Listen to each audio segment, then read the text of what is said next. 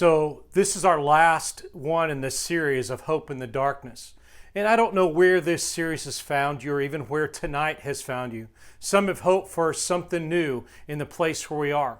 I think for most of us, our struggle is, when do we get out of this place that we're in? And so often we see things very short-sighted, or we quickly want the pain or inconvenience to end. But yet God has constantly used the rub or the stress or circumstances to change us and to help us realize things. As I've talked to people through the pandemic and through the racial tension, often they've said we've had an opportunity to step back and to look at where we are, to see what's going on, to see if there's some changes we need to make or some things we need to do in our families or in how we make decisions. And so there's no question that in the periods of darkness, there has to be some sense of introspection. Where am I? Am I looking at things short term, or am I looking at them long term? Am I looking at them as a snapshot or a highlight reel? So I don't know where this series has found you. I hope that if you've missed any, you've gone back and looked at all those testimonies of the self-interviews of people and how that God has helped them through some great tragedies in their lives. I'm reminded of talking to a family where there's a time that the wife was diagnosed with inoperable cancer. And as I talked to the husband with tears in his eyes, he said, "All I want right now is for somebody to just give me a sense of hope." Even when God judged his people, he always gave them hope. This is for a while, but eventually get out of this. This is because of these circumstances, but there's a way through this. And I think our struggle is we're so used to getting our way, or in an ATM society, that we are very unwilling to wait or to see what good can come out of tragedy. And so we struggle with that. From the very beginning of Genesis chapter 1, as God created, he took chaos and he made light.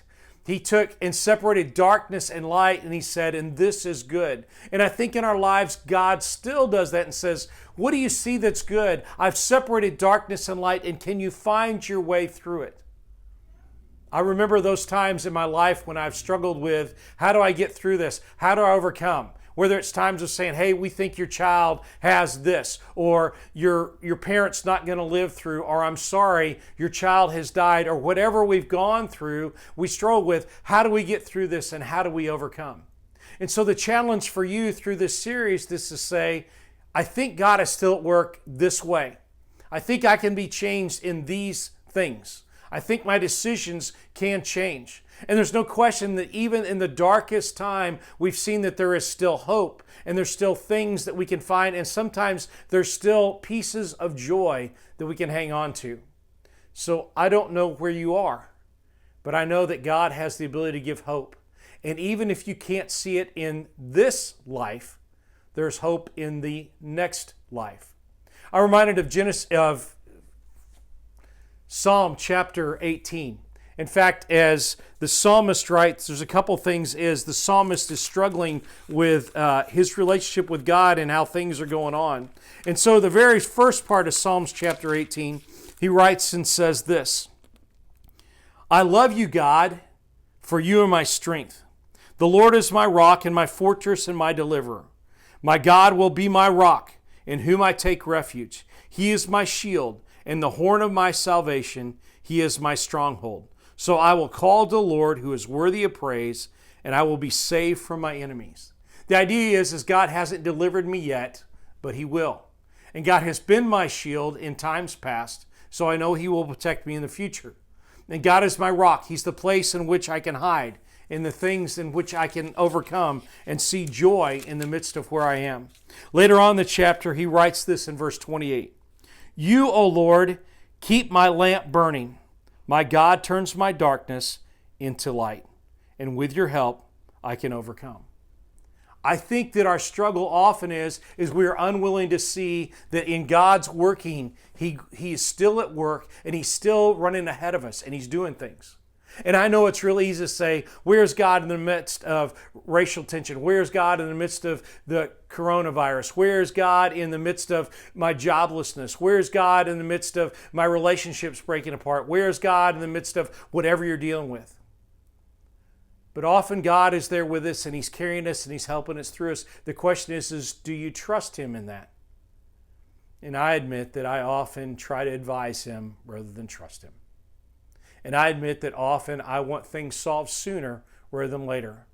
But there are only some things that come through waiting, through refining, through patience. I don't know if you're like me, but I will get out of one fast food line and go into another because the line's too long. I will leave one ATM and drive to another because it looks like it's going to take so long. And often I've wasted my time by moving from one place to another. Are you willing to wait? Are you willing to trust? And are you willing to find joy where you are?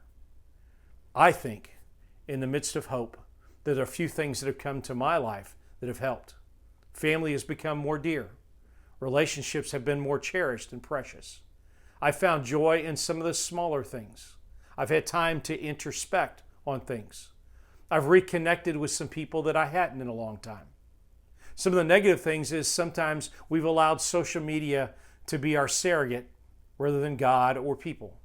Some of the negative things have been that I have worried way too much instead of trusting. But when I go back to those positive things, I have found that God and joy still happen if we'll trust. So may you find hope in darkness. May you find that light that's on the hill. And may you trust in a God that says, I will still bring you joy. And what I want in the end is to be with you in eternity. So be encouraged. There is hope in the darkness, and that hope is found in Jesus Christ.